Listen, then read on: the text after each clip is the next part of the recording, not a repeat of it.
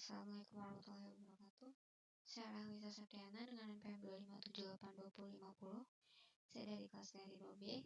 Oke, di sini saya akan menjelaskan modul 14.2 yaitu tinjauan TCP.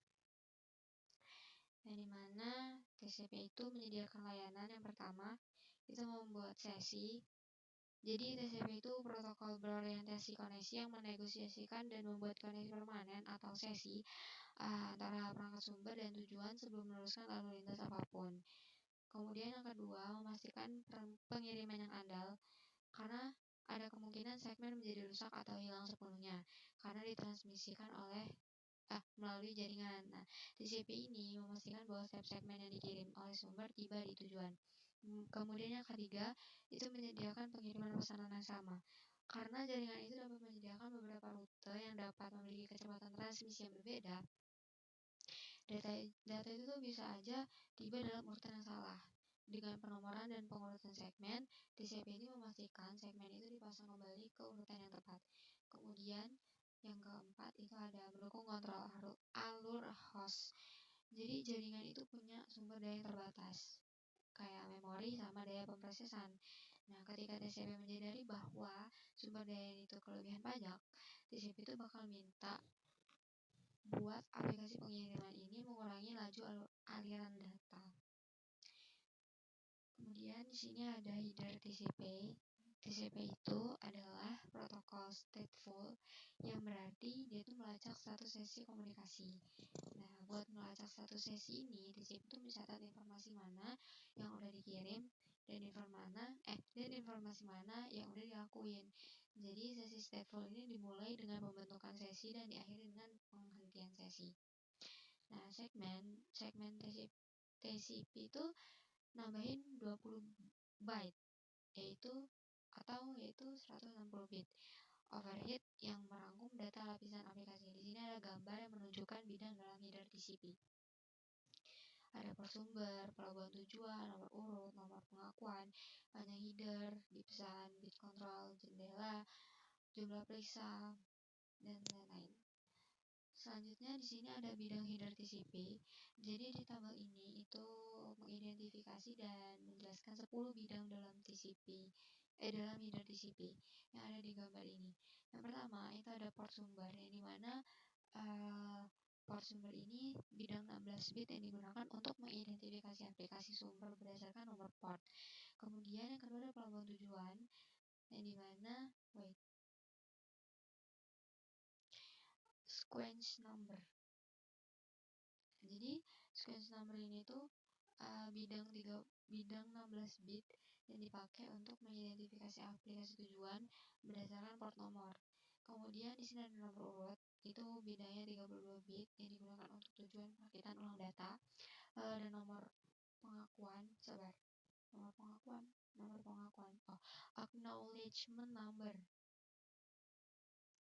Dia 32 bit itu untuk nunjukin bahwa data itu udah diterima, dan berikutnya byte yang diharapkan dari sumbernya. Kemudian ada panjang header, itu bidang 4 bit yang dikenal sebagai data offset, itu untuk menunjukkan panjang header segmen TCP. Lalu ada dicadangkan, itu bidang 6 bit yang dicadangin untuk digunakan di masa mendatang. Lalu bit control sama bidangnya 6 bit yang menyertakan kode bit atau bendera yang menunjukkan tujuan dan fungsi segmen TCP. Lalu ada Windows size ukuran jendela, itu 16 bit. Itu digunakan untuk menunjukkan jumlah byte yang dapat diterima pada satu waktu. Lalu ada jumlah pemeriksaan, itu 16 bit untuk pemeriksaan kesalahan header dan data segmen. Lalu ada mendesak Argent itu bidang 16 bit yang dimana digunakan untuk menunjukkan apakah data ini terkandung mendesak atau urgent. Lalu di sini ada aplikasi yang menggunakan TCP. Jadi TCP itu contoh yang baik tentang bagaimana lapisan yang berbeda dari rangkaian protokol TCP atau IP itu memiliki peran tertentu. TCP itu menangani sebuah tugas yang terkait dalam pembagian aliran data menjadi beberapa segmen. Pemberian keandalan mengontrol aliran data dan menyusun ulang segmen. Di situ itu ada HTTP, FTP, SMTP, SSH, IP. Seperti itu. Mungkin itu aja bisa saya sampaikan. Terima kasih. Assalamualaikum warahmatullahi wabarakatuh. Perkenalkan, saya Rasya Husna dan NPM 2578 Pada video kali ini saya akan menjelaskan pada modul 14, yaitu pada 14.3 tentang UDP overview. Pada 14.3.1 yaitu fitur UDP. Nah, di sini UDP itu adalah User Datagram Protocol. Nah, yaitu protokol transport yang sifatnya best effort. Dibandingkan dengan TCP, UDP ini jauh lebih ringan karena tidak memiliki fitur reliability, keandalan, dan flow control. Nah, karakteristik utamanya, data disusun ulang sesuai urutan kedatangannya. Jika ada segmen yang hilang, tidak akan dikirim ulang. Tidak ada proses session establishment tanpa tree by handshake. Pengirim tidak tahu apakah penerima siap menerima data atau tidak ada pengecekan resolution availability. Dan pada 14.3.2 yaitu header UDP. UDP adalah protokol stateless. Nah, artinya itu server atau klien tidak melacak status sesi komunikasi. Datagramnya, blok komunikasi di UDP disebut datagram atau segmen. Nah, keunggulannya itu sangat cepat dan efisien, sangat cocok untuk aplikasi real time seperti suara voice dan video langsung, di mana keterlambatan atau delay lebih buruk daripada kehilangan beberapa bit data. Nah, untuk struktur header sangat sederhana, hanya terdiri dari 8 byte atau 64 bit dengan 4 field utama.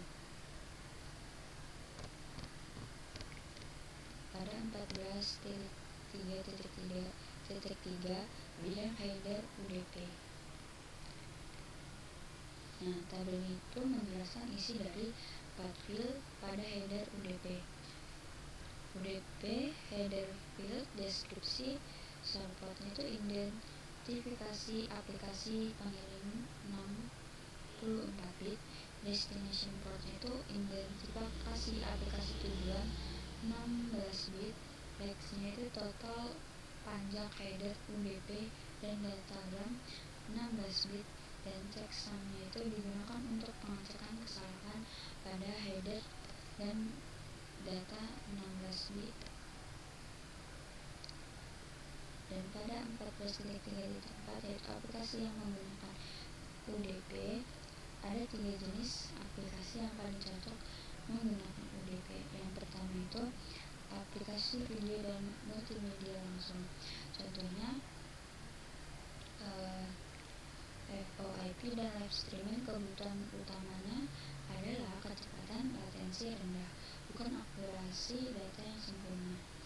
Dan yang kedua, aplikasi permintaan dan balasan sederhana. Contohnya itu ada DNS dan DHCP. Klien mengirim permintaan dan jika tidak ada balasan, sistem biasanya akan mengirim ulang permintaannya sendiri.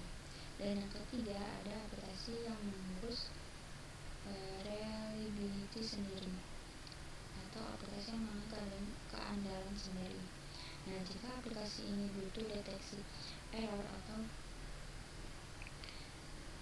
acknowledgement, aplikasi itu sendiri yang akan menanganinya, bukan protokol transport. Contohnya SNMP dan TFTP.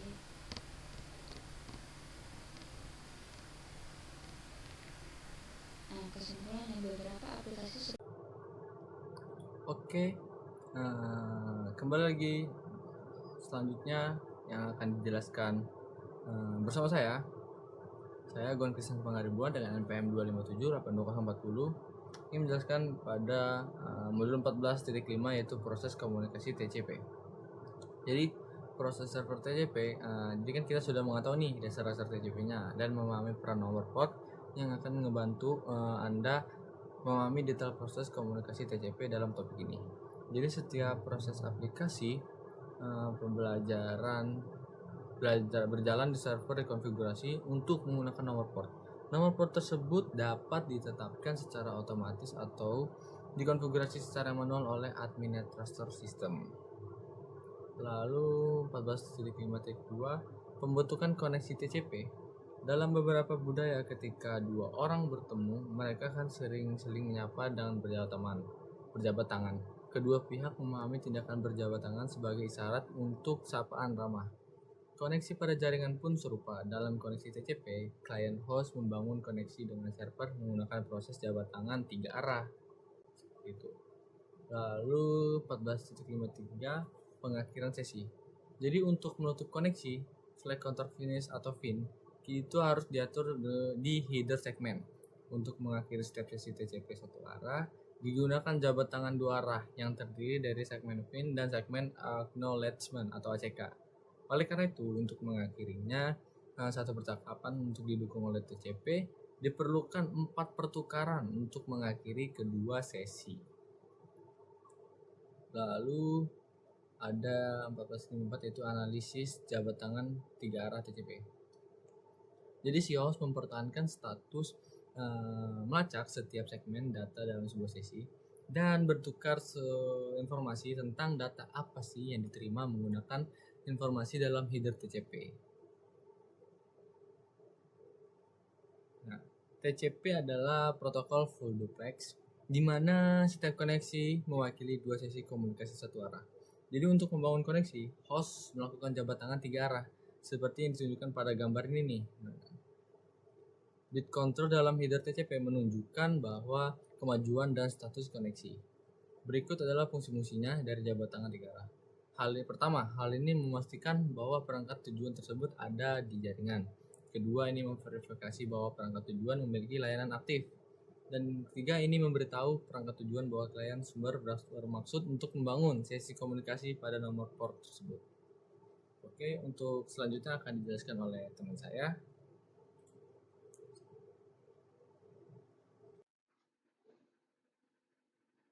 Oke, Assalamualaikum warahmatullahi wabarakatuh. Izin perkenalkan diri, nama saya Safa Sartika Putri Arianti dari kelas 2B dengan NPM 2578256.